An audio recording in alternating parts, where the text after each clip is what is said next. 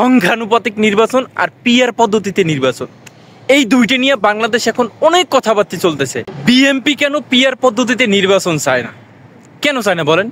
PR পদ্ধতিটা কিন্তু সবচেয়ে বড় গণতন্ত্র। কেমন? সমস্ত ভোটারের ভোটের দাম থাকবে। যদি পিআর পদ্ধতিতে ভোট হয় তাহলে কেমন হবে?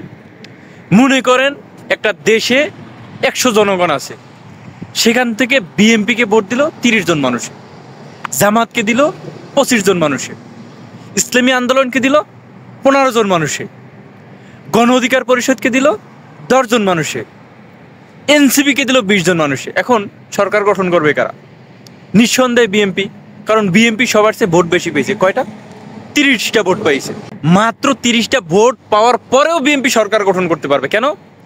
বিএনপি সবার চেয়ে ভোট বেশি পেয়েছে। এখন এই যে 30টা ভোট পাইলো, 100-র ভিতরে 70 জন মানুষ বিএনপিকে চায়নি, 30 জন মানুষ বিএনপিকে চাইছে। এই যে বাকি 70 জন মানুষের দাম নাই। গণতন্ত্র মানে সবার অধিকার সমান। এখন মনে করেন আমি বিএনপিকে ভোট দিলাম, বিএনপির ওই নেতা হইল না, এই যে ভোটটা যে নষ্ট হয়ে যাবে। পিআর পদ্ধতি হইলে এই ভোট নষ্ট হওয়ার আর কোনো সম্ভাবনা নাই। তো পিআর পদ্ধতি মানতে সমস্যা কি? মান্য দেখেন, দেখি আমরা 2-1 বার দেখি, যদি পিআর পদ্ধতি বাংলাদেশে না চলে এরপরে বন্ধ করে দিলাম।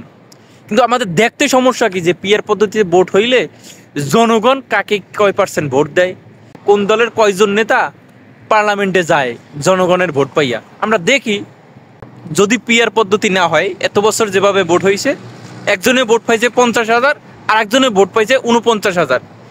এই যে 49,000 মানুষে ভোট দিয়েছে, সেই ভোটগুলো নষ্ট হয়েছে কেন? একজন ব্যক্তি মাত্র 1000 ভোট বেশি পেয়েছে, এই জন্য।